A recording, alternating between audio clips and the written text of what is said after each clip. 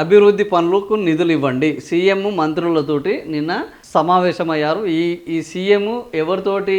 ఈ 9 మంది ఎమ్మెల్యేలు. ఈ 9 మంది ఎమ్మెల్యేలు ఎవరు అంటే పార్టీ ఫిరాయించిన ఎమ్మెల్యేలు. ఎందుకు? ఇప్పుడు ఇంకా వాళ్ళ మెడ మీద కత్తి నిమ్మలంగా ఇంకా దగ్గరకు వచ్చింది. ఎప్పుడు వేటు పడుతుందో తెలియని పరిస్థితిలో. సో అయ్యా మరి నువ్వు చెప్పినట్టు వచ్చినాం, మరి మా మెడలు తెగిపోయేటట్టున్నాయి, మాకు ఏంది పరిష్కారం అని వాళ్ళు నిన్న ముఖ్యమంత్రి రేవంత్ రెడ్డితోటి సమావేశమయ్యారు. సభాపతి మరి నోటీసులు ఇస్తున్నాడు. మరి మేము వాటికి ఏ విధంగా రిప్లై ఇవ్వాలి, మా భవిష్యత్తు ఏంది అని వాళ్ళు అడగడం జరిగింది. ఈ 9 మంది తమ నియోజకవర్గాల్లో అభివృద్ధి పనులకు అనుమతులు నిధులు ఇవ్వాలని 9 మంది ఎమ్మెల్యేలు సీఎం రేవంత్ రెడ్డి. ఇది బయటికి కనిపించే విషయం. వీళ్ళకి ఎన్ని రోజులు నియోజకవర్గము అభివృద్ధి గుర్తుకు రాలేదు. ఈ 9 మందికి ఇప్పుడే టక్కున గుర్తుకొచ్చింది. ఎందుకు అని అంటే సభాపతి నోటీసులు ఇవ్వడం జరిగింది. సభాపతి నోటీసులు ఇవ్వగానే వీళ్ళకు టక్కున ఏం గుర్తుకొచ్చింది? అభివృద్ధి గుర్తుకొచ్చింది. అంటే మనకి ఏదన్నా కష్టం వస్తే తప్ప జనాలకు చెప్పుకుంటేందుకు ఒక వంక గుర్తుకొస్తుంది, ఒక బొంకడానికి అవకాశం ఏర్పడుతుంది. ఇప్పుడు ఇక్కడ జరిగింది అదే. ఆ 9 మంది ఎమ్మెల్యేలు మాకు అభివృద్ధి నిధులకు అభివృద్ధి కోసం వాళ్ళకి ఆలోచనే లేదు. వాళ్ళ స్వయం అభివృద్ధి ఒకటి, రేపు వేటు నుంచి వెళ్ళి తప్పించుకోవాలి, లేదా వేటు పడితే మేము మరి ఎన్నికల్లో ఎట్లా గెలవాలి, మాకు టికెట్లు ఇస్తారా, ఇస్తే గెలవకపోతే ఆ తర్వాత పరిస్థితి ఏంది అనేది చర్చించుకోవడానికి మాత్రమే ఈ సమావేశం జరిగింది. 10 మంది ఎమ్మెల్యేలకు శాసనసభ స్పీకర్ ఇటీవల నోటీసులు జారీ చేశారు. పార్టీ మారిన 10 మందికి ఆయన నోటీసులు జారీ చేశారు. 9 మంది ఆదివారం సాయంత్రం సీఎం నివాసానికి వెళ్లి రేవంత్ రెడ్డితో స్టేషన్ గన్పూర్ ఎమ్మెల్యే కడియం శ్రీహరి జ్వరం కారణంగా హాజరు కాలేదు. ఉప ముఖ్యమంత్రి బట్టి విక్రమార్క, మంత్రులు వీళ్ళందరూ కూడా ఈ సమావేశంలో ఉన్నారు. ఎవరెవరయ్యా ఈ 9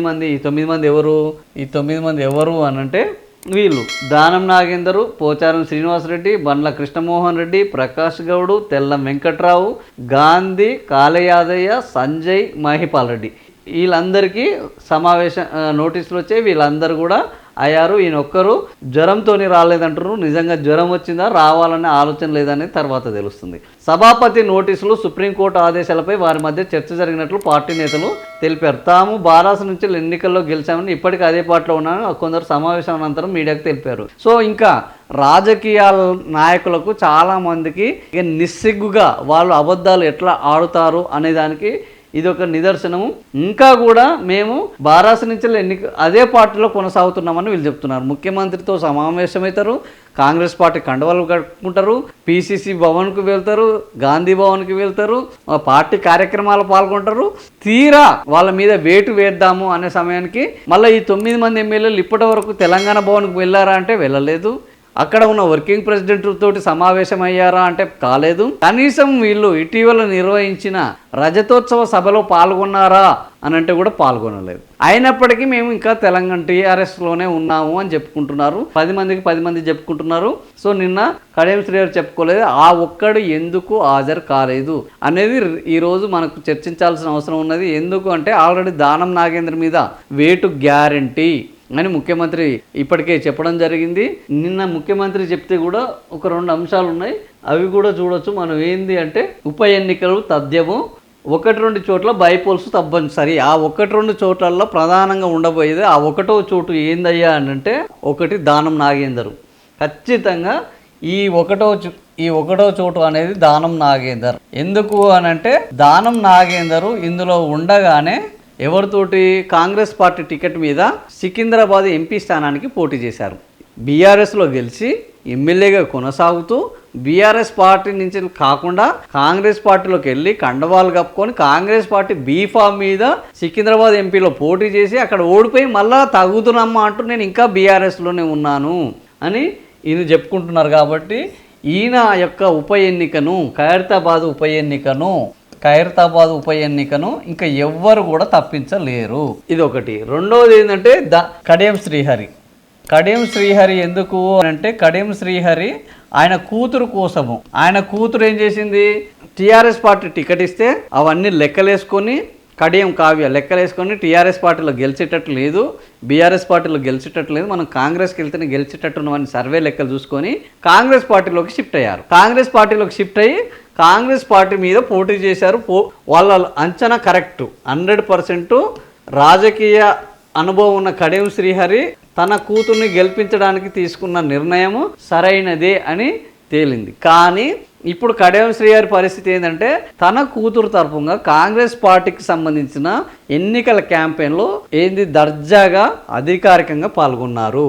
కాబట్టి ఇంకా ఇక్కడ గ్యారెంటీగా ఎన్నికలు రాబోతాయి. ఈ 1-2 చోట్ల అనేది వీళ్ళిద్దరిని తప్పించడము అసాధ్యము అనే పరిస్థితిలో ఈరోజు కడియం ఉప ఎన్నిక, అదేవిధంగా ఖైరతాబాద్ ఉప ఎన్నిక, ఇంకా ఆ తర్వాత మిగిలిన 8 ఎన్నికల్లో ఎవరు గెలుస్తారు, ఎవరు ఓడుతారు అనేది తేలాల్సి ఉంది. ఎన్ని సీట్లకు వీళ్ళు ఇస్తారు అనేది. ఈ 2 అయితే గ్యారెంటీగా జరిగే అవకాశం ఉన్నది. మరి 2 జరిగితే ఎవరు గెలుస్తారు?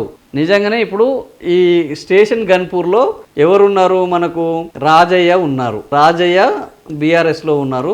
కాంగ్రెస్లో ఇందిరా అని ఉన్నారు. ఇప్పుడు కాంగ్రెస్లో ఇందిరా ఏం చేస్తున్నారు అని అంటే, నాకే టికెట్ ఇవ్వాలి, వీళ్ళు రావడం వల్ల మళ్ళీ ఉప ఎన్నికలు వచ్చినాయి, వీళ్ళు రావడం వల్ల అరాచకం జరుగుతుంది, కాంగ్రెస్ పార్టీ వాళ్ళని ప్రోత్సహించాలని ఇందిరా డిమాండ్ చేస్తున్నది. సో అది కడియం శ్రీహరికి కలిసి వచ్చే అంశం కాదు. ఇక రాజయ్యకు బీఆర్ఎస్, ఆయన కూడా కాంగ్రెస్కి పోదాం అనుకున్నారు. ఈయన కాంగ్రెస్కి పోగానే ఆయన బీఆర్ఎస్లో ఆగారు. వీళ్ళకి ఎవరికి పార్టీల మీద ప్రేమ లేదు, వాళ్ళ మీద వాళ్ళకి తప్ప. సో రాజయ్య నాకు టికెట్ ఇవ్వాలంటున్నారు, ఆయనకే టికెట్ ఇచ్చే అవకాశం ఉంది. ఎందుకంటే రాజయ్య మీద తీవ్రమైన వ్యతిరేకత ఉన్నది స్టేషన్ గన్పూర్లో. సో పార్టీ మారిన కడియం శ్రీహరి మీద ఉన్న అభిప్రాయం రాజయ్య మీద లేదు.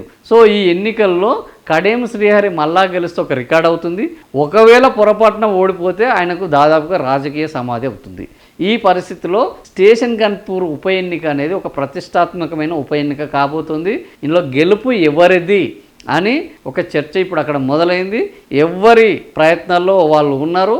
బీఆర్ఎస్ ఇక్కడ క్యాండిడేట్ని చూడొద్దని గతంలో కూడా ఈ స్టేషన్ గన్పూర్లో రాజయ్య ఉప ఎన్నిక జరిగినప్పుడు హరీష్ రావు అక్కడికి వెళ్ళి అప్పుడు కడియం శ్రీహరి కూడా ఉండే, మీరు ఆయనను చూడొద్దు, రాజయ్యను చూడొద్దు, నన్ను చూడండి, బీఆర్ఎస్ని చూడండి, మీకు ఏ కష్టం వచ్చినా మేము చేస్తాము అన్న పద్ధతిలో ఆ రోజు హామీలు ఇచ్చి రాజయ్యని గెలిపించుకున్నారు. ఆ తర్వాత ఆయన గెలిచిన తర్వాత అక్కడ మనం చూడొచ్చు, రాజయ్య అనేక విషయాలు బయటకు వచ్చినాయి. రాజయ్య కూడా అనేక రకాలుగా ఈ పార్టీ గురించి మాట్లాడడం జరిగింది. ఆ తర్వాత ఆయన పార్టీని వీడిపోతానని చెప్పడం జరిగింది. అంతలోనే కడియం శ్రీహరి పార్టీ వీడడంతో మళ్ళీ ఆయన ఇదే పార్టీలో కొనసాగే అవకాశం ఏర్పడ్డది. సో ఈ నేపథ్యంలో రాజయ్య వర్సెస్ కడియం నడుస్తుంది. రాజయ్యకు ఇందిరా సపోర్ట్ చేస్తుందా, కాంగ్రెస్కు సపోర్ట్ చేస్తుందా అనేది ఒకటి ఇక్కడ ప్రధాన అంశం. ఇందిరా రాజయ్యకు సంబంధించి ఒక కుటుంబ వాళ్ళకు బంధువుగా ఉన్నారు.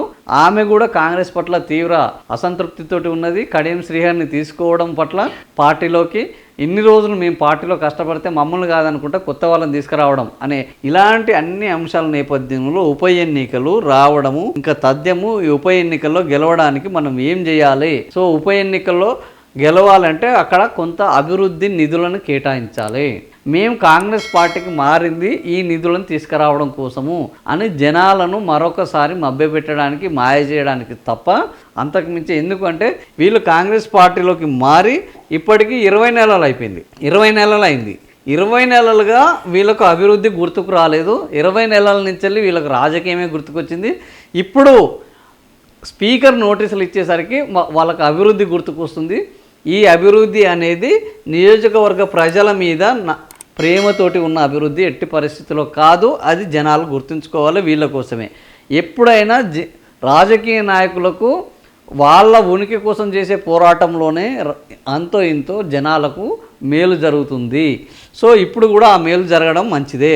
బీఆర్ఎస్ పార్టీ నుంచి గెలుపొంది పార్టీ ఫిరాయించిన 10 మంది ఎమ్మెల్యేలలో ఒకరిద్దరిపైన అనర్హత వేటు తప్పకపోవచ్చని ఆయా నియోజకవర్గాల్లో ఉప ఎన్నికలు వచ్చినా ఎదుర్కొనేందుకు మానసికంగా సిద్ధమై ఉండాలని ఫిరాయింపు ఎమ్మెల్యేలకు ముఖ్యమంత్రి రేవంత్ రెడ్డి. సో మొత్తానికి ముఖ్యమంత్రి మాత్రం ఒక ప్రాక్టికల్ ధోరణిలో వాస్తవంలో ఆలోచిస్తున్నారు. గ్యారెంటీగా ఉప ఎన్నికలు తప్పవు అనే పద్ధతిలో అంతకుముందు అసెంబ్లీలో మాట్లాడుతూ ఉప ఎన్నికలు అవి ఎప్పుడు వస్తే చూద్దాం వచ్చేసరికి అని అన్నారు. దాని మీద కోర్టు కూడా తీవ్రమైన ఆగ్రహం వ్యక్తం చేసింది. సో ఈ పరిస్థితిలో ఇక్కడ ఉప ఎన్నికలు రావడానికి సిద్ధంగా ఉన్నాయి. పార్టీ మారిన 10 మంది ఎమ్మెల్యేలు ఆదివారం ఆయన నివాసంలో సమావేశమయ్యారు. వాళ్ళ ద్వారానే వాళ్లకు ఇదంతా జరగడం జరిగింది. సో ఇది ఈ పార్టీ మారిన వాళ్లకు ఇవ్వడం జరిగింది. అభివృద్ధి పనులకు నిధులు ఇవ్వండి ఇది. సో మనం ఇక్కడ చూడొచ్చు, అభివృద్ధి పనులకు నిధులు ఇవ్వండి అనేది చేపట్టాల్సిన అభివృద్ధి పనులు నిధుల మంజూరుకు సీఎంను మంత్రుల్ని ఎమ్మెల్యేలు కలవడం ఆనవాయితీ అని అందుకే కలిసామని. ఇన్ని రోజులు వీళ్ళకు ఆనవాయితీ అనేది గుర్తుకు రాలేదు, ఇప్పుడే గుర్తుకొచ్చింది. ఎందుకు? తమకు సభాపతి నోటీస్ ఇచ్చారని వారికి సమాధానం ఇవ్వడానికి మరో వారం రోజుల గడువు కోరుతూ ఆయనకు లేఖ రాసినట్లు ఎమ్మెల్యే ప్రకాష్ గౌడ్. ఇన్ని రోజులు ఇబ్బంది, ఒక వారం రోజులలో ఏం జరుగుతుంది అని అనేది వాళ్ళకే తెలవాలి. సో గండిపేటలో సీఎం కార్యక్రమం ఉన్నందున దాని ఏర్పాట్లపై చర్చించేందుకు మాత్రమే రేవంత్ రెడ్డిని కలిసినట్లు ఈయనకు మాత్రం కరెక్ట్గా ఉన్నది. ఎందుకంటే ఈయనకు సభ ఉన్నది కాబట్టి దానికోసం కలిసినట్టు. బారాసంలోనే ఉన్నట్టు సభాపతికి సమాధానం పంపినట్లు కొందరు ఎమ్మెల్యేలు చెప్పారు. సో ఇప్పుడు ఎవరెవరు ఏం సమాధానాలు పంపారు అనేది ఒక క్వశ్చన్. ఈ 9 మందిలో ఎవరెవరు ఏమేమి సమాధానాలు పంపారు, ఈ సమాధానాలు నిజంగానే వర్తిస్తాయా, ఈ సమాధానాలను స్పీకర్ కన్సిడర్ చేస్తే ఏం జరగబోతుంది, ఈ సమాధానాల ప్రకారం ఆయన చర్యలు తీసుకోకపోతే బీఆర్ఎస్ మళ్ళీ ఏం చేయబోతుంది, ఇవన్నీ కూడా. ఎందుకంటే ఇప్పటికే బీఆర్ఎస్ స్పష్టంగా చెప్పింది, వీళ్ళందరూ పార్టీ మారినట్లు, పార్టీ కండువాలు వేసుకున్నట్టు, పార్టీ వ్యతిరేక కార్యక్రమాలకు పాల్పడుతున్నట్టు మా దగ్గర రికార్డెడ్ ఎవిడెన్స్లు ఉన్నాయని చెప్తున్నారు. అయినా కూడా స్పీకర్ ఆ రికార్డెడ్ ఎవిడెన్స్ని పరిగణలోకి తీసుకుంటారా? పరిగణలోకి తీసుకునే విచక్షణ స్పీకర్ మీదనే ఉన్నదా? ఎందుకంటే ఇందులో ఒక విషయం ఉన్నది. ఇలాంటి ఎంక్వైరీలు వచ్చినప్పుడు స్పీకర్ కూడా ఒక జ్యుడిషియరీ వ్యవస్థగానే భావించాలి. ఆ జ్యుడిషియరీ వ్యవస్థ సుప్రీంకోర్టు, హైకోర్టుల యొక్క పరిధిలోనే పనిచేయాలి. వాళ్ళు ఇష్టానుసారంగా ఈ జ్యుడిషియరీ వ్యవస్థను నిర్వహిస్తాము, విచారణను నిర్వహిస్తాము అని అంటే నడవదు అని ఈ స్పీకర్కు ఆల్రెడీ సుప్రీంకోర్టు, హైకోర్టు స్పష్టంగా ఆదేశాలు ఇవ్వడం జరిగింది. మరి వీళ్ళు ఇచ్చిన ఎవిడెన్స్ను, బీఆర్ఎస్ ఇచ్చిన ఎవిడెన్స్ను వీళ్ళు పాటిస్తారా? పాటించకుండానే తన నిర్ణయం తీసుకుంటాడా?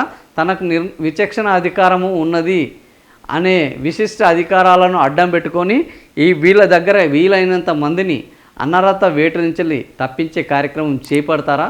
ఇవన్నీ మనం చూద్దాం. సో పెండింగ్ బిల్లుల విభేదాలపైన ప్రధాన చర్చలు. సీఎం మంత్రులతో జరిగిన సమావేశంలో అభివృద్ధి పెండింగ్ బిల్లులు, వీళ్ళ లొల్లి కూడా ఏంటంటే ఇప్పుడు అసలే అనర్హత వేట పడుతుంది, కార్యక్రమాలు అనేకం జరిగినాయి, పెండింగ్ బిల్లులు కాంట్రాక్టర్లకు ఇవ్వలేదు.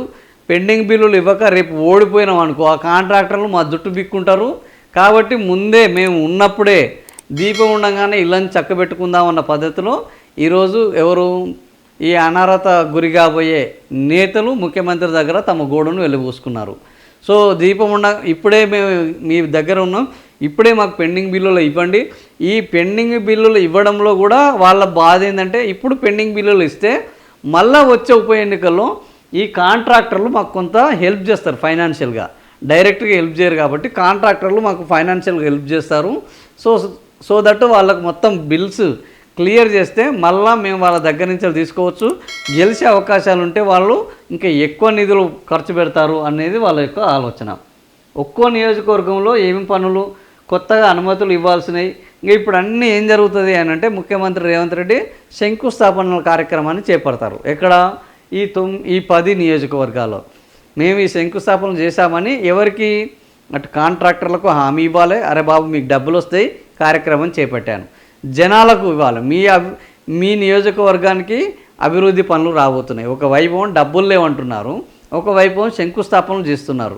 సో ఈ శంకుస్థాపన వెనుక ఉన్న ఉద్దేశం అభివృద్ధియా, రాజకీయమా అనేది కూడా జనాలు చర్చించుకోవాల్సిన అవసరం ఉన్నది. మరి ఏం జరుగుతుంది అనేది చూద్దాం. సో ఇది నిన్న 9 మంది ముఖ్యమంత్రి రేవంత్ రెడ్డిని కలిసి అభివృద్ధి పనులకు, అభివృద్ధి కాదు పాడు కాదు, రాజకీయాలకు మాకు మళ్ళీ ఇబ్బంది పరిస్థితి ఉంది, ఈ ఇబ్బందుల నుంచి మమ్మల్ని గట్టెక్కించండి, డబ్బులు దండిగా ఇవ్వండి, కొబ్బరికాయలు కొట్టండి, మళ్ళా గెలిస్తే మమ్మల్ని ఆశీర్వదించండి, ఇది జరగబోయే కార్యక్రమం.